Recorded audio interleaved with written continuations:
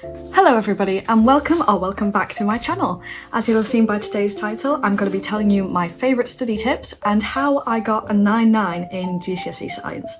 As you'll have probably deduced by that, I only did dual science, so I can't tell you too much about triple, but I know it's not that different to dual, is it? You just do more content. So all these tips that I'm going to give you will apply to that, and they'll apply to any other subject that you are studying at the moment, which is why it's not just about science, but my favourite study tips, because these can apply to almost every subject, I'm assuming.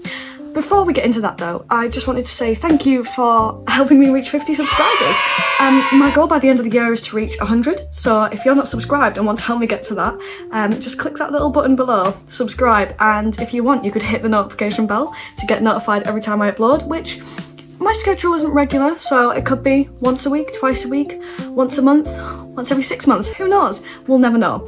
Also, leave a comment, tell me your favourite study tips, share it with others down below. So, now that we've got that out of the way, onto the video. So, I want to start by saying that you've probably heard this from all your teachers, but honestly, flashcards are the way to go. And you don't need 1, 2, not 3, you need this many for each subject. This is just biology, right? This is just biology. And I know other people that have more than that for just one subject. You need to be getting your flashcards detailed. You need to be getting them to have recall facts on. You need to be getting them to question you. Your flashcards need to ask you questions that are going to be on the exam. So how do we do this? Find exam questions, ask your teachers for exam questions, and then write them here, or not literally the questions, because obviously that question won't come up again, but ones that can apply to other things. And that's kind of confusing the way I've worded it. So let me try and explain that a bit better. My teachers for science gave us these definitions that you can be questioned on or that can help you in a question. So that is obviously a great thing to put on your flashcards. And if your teacher hasn't given you those, you might want to ask them, have you got definitions for that I could put on my flashcards? And if they don't, you can Google them and find GCSE science or GCSE English, GCSE maths even, key definitions, and you want to be writing these down on your flashcards. Obviously, if you don't know how a flashcard works, you've got your question on one side and your answer on another. And you want to keep a separate pile for each separate subject. Sorry, different angle because this is me from a bit later, just telling you something that I missed out about flashcards. So, I can't remember what this technique's called, I'll put it here, but you want to be, sorry, I'm shaking. With your flashcards, you want to be putting them in different, sections. So you want the ones that you get every single time to be in one section, the ones you get most of the time in another section, and the ones you always get wrong to be in another little section. If you have enough room to do piles, you can put them in different piles, or just sort of maybe tag it with a little colour, which green, yellow, red, or whatever, whichever ones you get wrong, whichever ones you get right. But if you use an app like Quizlet or any of these apps that have flashcards, they usually have an algorithm that does that for you. So that's why doing a flashcard app can be really good. Also, a flashcard app prevents you taking up loads of space with physical flashcards. But yeah, that's really good. So you want to be making sure that you're not practicing the ones you get right all the time, as I've said already. So as you'll have seen, my biology ones have all got this little pink tab thing at the top, and I tie a bobble around them so that they don't get confused with my other subject. All my chemistry ones have a little green tab, and all my physics ones had a little blue tab, and I'm carrying that on to A level. So you want top tips for flashcards: keep your flashcards separate, keep them detailed, and put exam questions on them.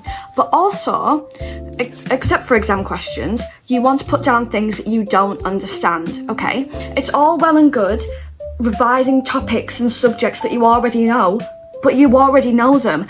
And I know studying things that you don't know is upsetting because you don't know them and you're like, oh, why don't I know this yet? I know that from personal experience. But you need to put things that you don't know. And I know that can sound like, well, yeah, everybody knows that.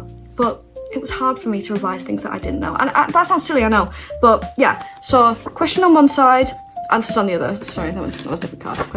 Answers on the other. And for longer answers, obviously you just want one question per card, but if you want to try and save some space, you can put multiple questions on one card. I'm trying to find a little example here. This looks like, yeah. So for little simpler things or just shorter answers or whatever, you can put multiple questions on one card. It doesn't need to be one question per card.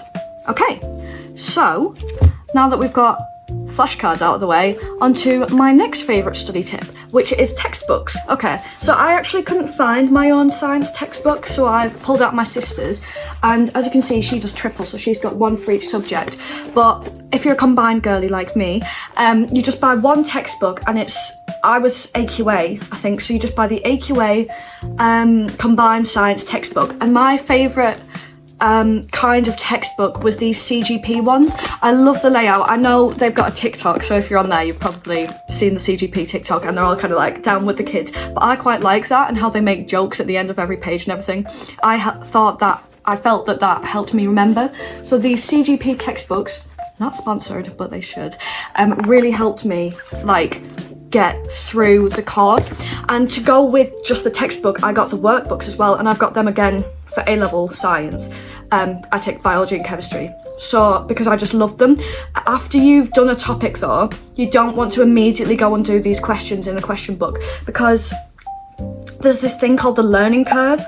My biology teacher was always telling us about it, how when you learn something, after 30 minutes you lose this bit of knowledge, after a week you lose this bit, after 3 months you've lost nearly all of it if you haven't revisited it. So I think that once you learn something, you want to give it a few weeks, or give it a few lessons, and then go back and revisit that, either by doing your flashcards that we've mentioned, or going back into these CGP or whatever brand of these books that you like, workbooks, and answer questions about it. And if you don't know the answer, don't flick to the back.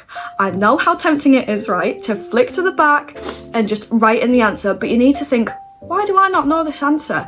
And we can Google it and then make a flashcard out of it, and we can write it down and whatever, but don't just go straight to the back. Or if you're going to do that, you need to make sure that you write it down somewhere else as well. You need to make sure that you're making a flashcard out of it. You need to make sure that you're answering your own, or going further, finding other questions on websites or whatever and answering questions about it, because why don't you know it? We need to find that out, or at least that's what helped me. And so yeah, these textbooks are great. Reading them's one thing. Always make sure you're answering the questions at the bottom of the page or in the middle of the page or whatever. You always want to be answering the questions to make sure that you're gaining this knowledge, and it's not just going in, but like staying in. You get me? It's not going in one ear out the other. You know what I mean? So make sure that you're not just reading the textbooks, but you're doing the work on them as well. Okay, I've got to say earlier, but as always, drink of choice is a Pepsi, cherry Pepsi today. My next study technique that I want to tell you about is, and obviously I feel like you'll have probably heard, you just see my dog? You'll have probably heard all these from your teachers already, but honestly, you need to listen to their study tips. And this is one that I think will help everybody. I know flashcards don't help everybody. I've heard some of my friends say like, oh, well, flashcards, they do nothing for me. I just answer the question and it doesn't stay in. But I think mind maps, honestly, they're brilliant. And my philosophy teacher's always telling us about dual coding. You need to dual code this. So we'll start with that, should we? What is dual coding? So with dual coding, the idea is that you represent something not just with text, but with visuals. That's the word I was looking for, with visuals. So this could be with a picture, a diagram, a chart, whatever you want, but dual coding is great. So as you'll see on these mind maps, this was before I even knew what dual coding was, but you draw little pictures, like obviously the equipment being used, or a little, you know, a little atom or whatever, and this just really helps ingrain that knowledge in your head. So this is also particularly great with mind maps, because if you can't remember something, you can think, where was it on my mind map? Or what picture went along with it on my mind map? And then you can go, oh, of course, 8 electrons can go on this outer shell or whatever. Oh yeah, of course, a Bunsen burner was used for this. So it's great for that. And so I just love mind maps. My friend, me and my friend, we both did art, and sometimes, being cheeky, we'd take one of the A3 pages out of our art book. This was her idea, by the way. She'll want me to give credit for that. It was not my idea, this was her idea. To get an A3 sheet of paper out the back of your art book, or out the back of your friend's art book if they're so kind.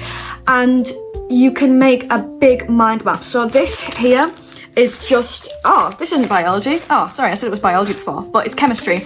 This is just topic C1. So on this A4 sheet of paper, I could fit an entire topic. So as you can imagine, you want a bigger piece of paper to fit the whole of the subject on, especially if you're doing triple. We could fit all of dual science on an A3 sheet of paper, but I don't know if you'll need a double-sided or what for triple. I don't know how much more you get, or maybe just some little lifty flaps or whatever. I can't find my A3 mind maps right now to show you, but I would fold them in a way where I could give each little part its own like subject. So I'd fold it, you know, where you fold it like 3 ways, and then so each side's got 3 little faces. So I had 6 parts, and then so I'd do topic C1, C2, C3, C4, C5, C6 or whatever. I can't remember how many topics there were now, but that's what I do. So I think getting a big piece of paper is good for a mind map, or if you've only got A4 paper, I would put a side of A4 per topic. There's some that are shorter and you can get away with only doing one side of the paper, but there's some that are longer and you'd want both sides of the paper as well, or even 2 sheets, like if you're getting crazy.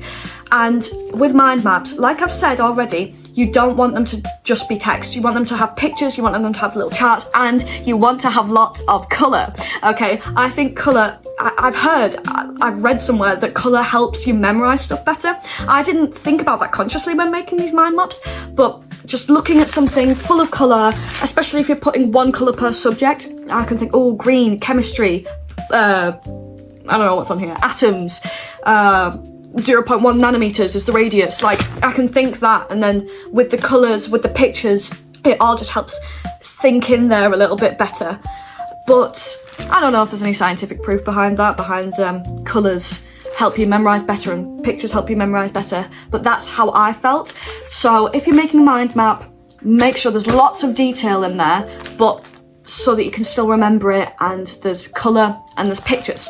Okay, so this one is where we get a little bit creative with our study methods, right? So I'm sure you've all heard of this already, and I think it's called the Feynman technique. The Feynman, but it's where you teach what you're revising. So if you're, you know, comfortable around your friends and family, you might want to teach them about what you've learned. You could do it right after your lesson, you could do it when you're practicing, you could do it when you've got your flashcards or your mind map and you're getting them to ask you a question, and then you could go into more detail saying, oh yeah, I remember the radius of the atom is 0.1 nanometers and this is how we know, blah blah blah. Like say, oh yeah, that's right, Rutherford did conduct the gold foil experiment and this is what happened, and this is the other 2 people that were involved. Everything like that is how you can teach and show other people this. So this is good if they're in your class as well, because then both of you are revising. But if you've got a younger sibling or you're just teaching your parents, it's not benefiting them, but it's benefiting you a lot. So teaching other people, you've spoken it out loud, you've not just written it, you've not just drawn a picture about it, you've spoken it, and that just really helps to memorise it, or at least that's what I found. But if you ask my family, I didn't teach them. No. Who did I teach? My teddies. So if you don't want to teach your family, you don't want to teach your friends, teddies or your pets even can be great students. Teddies are particularly good. They don't ask any unwanted questions about the subject that you might not know. They don't ask you they don't speak back, these teddies, you know. But asking a real person, I know I've just said that teddies don't ask questions, but asking a real person could be good because they do ask questions, and this can push you to get out of your comfort zone. And like I was saying before, we don't just want to revise what we know, but what we don't know. So if somebody asks you a question and you think, oh, I actually don't know the answer to that, you can go back later and Google it or check your notes or whatever and be like, oh, that's the answer to that. And then you've got that little nugget that's just slipped in there, you know. Okay, so them ones that I've just said there are my favourite ones that I can remember off the top of my head, but I wrote another few down that you need to do to help you boost these grades. Oh, is this a study technique? I don't know, but my favourite YouTuber for science was the free science guy, obviously, love that man. I was always praying that he'd come into our school, but he never did.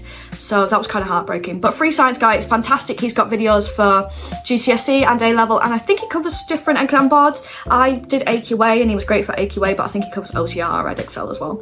I don't really know, but obviously there's different YouTubers for every subject. I know there's Mr. Bruff, Mr. Everything English, all them sorts of people for English. There's different maths ones, and there's just somebody for every subject. And if you can't find them, I know that if you search up on TikTok, like, oh, best YouTubers for blank, it will come up with a YouTuber for that subject. And my English teacher was always telling us his favourite GCSE English YouTubers. So if you ask your teachers, I'm sure they'll have some little favourite YouTubers for that subject if you need to know. Or I'm sure your friends have favourite subject YouTubers as well, possibly. Well, I'm actually not sure about that, but yeah, you'll find them. So for every subject, just search YouTubers for that, and I find that being spoken to helps a lot as well, rather than just reading it out a textbook, because sometimes you do that and it just doesn't sink in, does it? But watching somebody actually read it to me helps me so much to take that in and be like, ah, I see.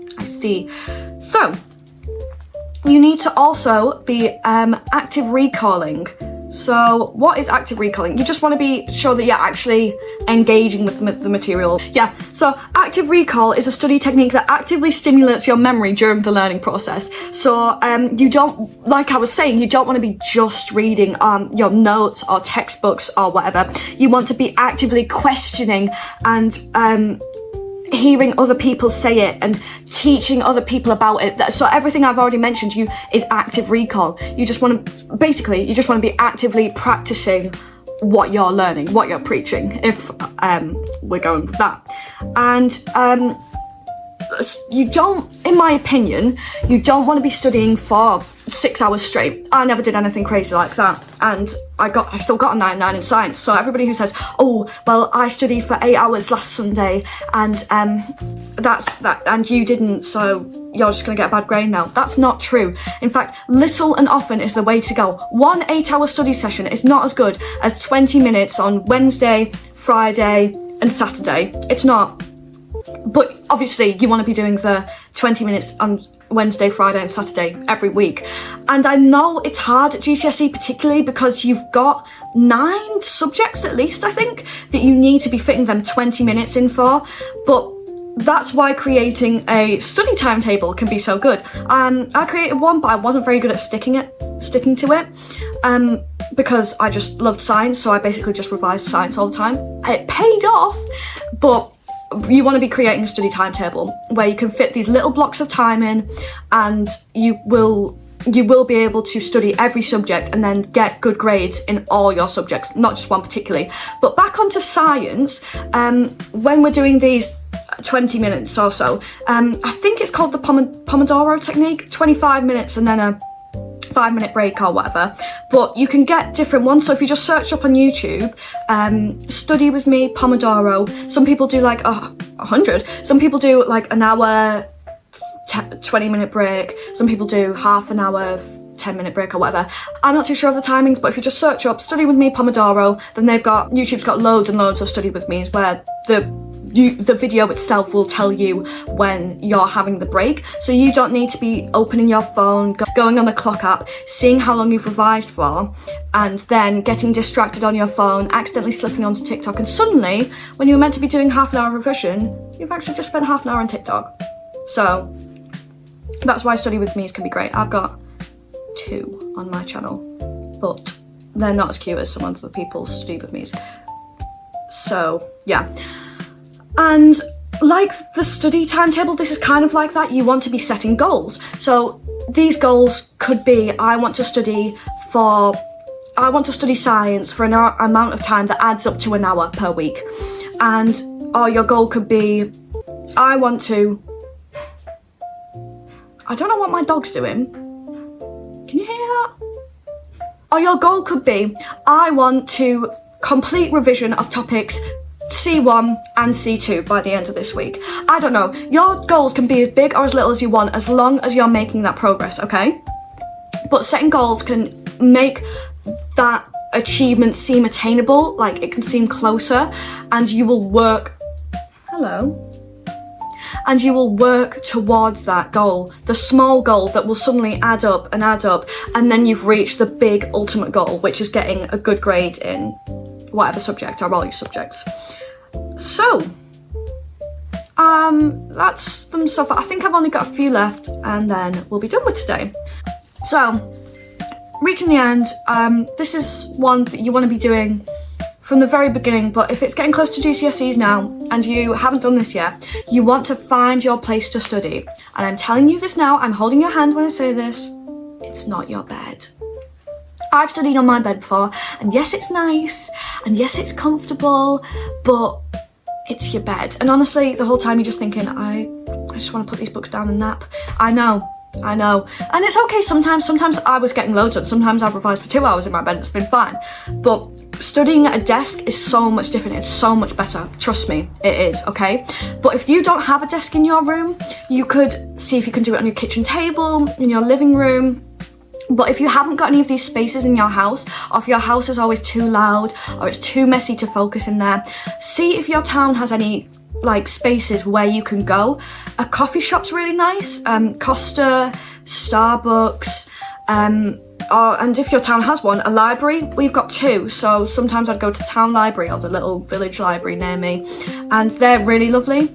Obviously they're nice and quiet in there. You can put your headphones on, everybody's studying, and because we had a dedicated study space in my town library, everybody's studying, you kind of feel like one with everybody, like, oh yeah, we're all academics here, and what about it? But if you don't like the complete silence, you know, when you drop your pen and everybody's like, because you're the only person creating noise, you could go down to a coffee shop, like I said before. I'm sure there's probably one somewhere near you, and usually as long as you get a drink, they let you stay for, you know, an hour or so, and then maybe buy a brownie or something to keep the momentum going and be like, oh, still got them 2 hours left, you can't kick me out yet. I don't know. I never actually went and studied at a private coffee shop. I went to Costa once and it was quite nice, but it was quite loud in Costa, so I did prefer the library. But obviously everybody's got their own preferences. You know, maybe you prefer that background noise to give you that little bit of hustle and bustle. So, my final study tip, and this one's kind of, it's not actually about studying, but I find that giving yourself a little role model to look up to can help you stay motivated. So I had a few role models to look to. There was Rory Gilmore from the Gilmore Girls in her first few seasons, and then, you know, she goes downhill a little bit. I'm gonna come out with a confession, guys. I don't like Rory Gilmore that much. She just after like season, I don't know. She just became a bit unlikable, didn't she? Anyways, this isn't a space for girls discussion. It is down below, but this video isn't, is it? But going onto YouTube, study tubers, is that a term? I don't know. Study YouTubers, people who do college vlogs, people who do sixth form vlogs, school vlogs, they all were sort of like role models for me, and I was like, wow, I wish that I was doing that, so I will. And so yeah, just find yourself a YouTuber that you really like and that studies, and you can study along with them sometimes if they're doing study with me's. You can or you can find yourself a show where they're studying all the time. Well, obviously no show actually focuses on them studying, but something like Gilmore Girls, you know, she's squeaking in the background, can you see? No, you can't see. Finding yourself a show or a YouTuber to keep you motivated is my final tip that helped me stay very motivated during my GCSEs. Everybody, sorry, it's editing me here. I just wanted to say I actually have one more tip that I forgot. So obviously everybody always says this, but past papers are honestly really, really good. I did about every single past paper that there possibly could be for science, and I think that really helped me get a grade because you can just predict answers to the questions and you can predict questions that are going to come up. So past papers, 100%, do as many as you possibly can in the time that you've got left before your GCSEs. So that's all my tips for today. I'm not too sure how many I actually did. I'll probably put it in the title, like 8 study tips or something. Sorry it's been a bit all over the place. I didn't write a script for this video, which I probably should have, but tell me if any of these tips have helped you. tell me what study tips I haven't said, but that you use down below. Don't forget to hit the like button if you enjoyed. Don't forget to subscribe and help me reach that 100 subscriber goal by the end of the year. And tune in for more videos by me. Thank you so much for watching and see you. Bye.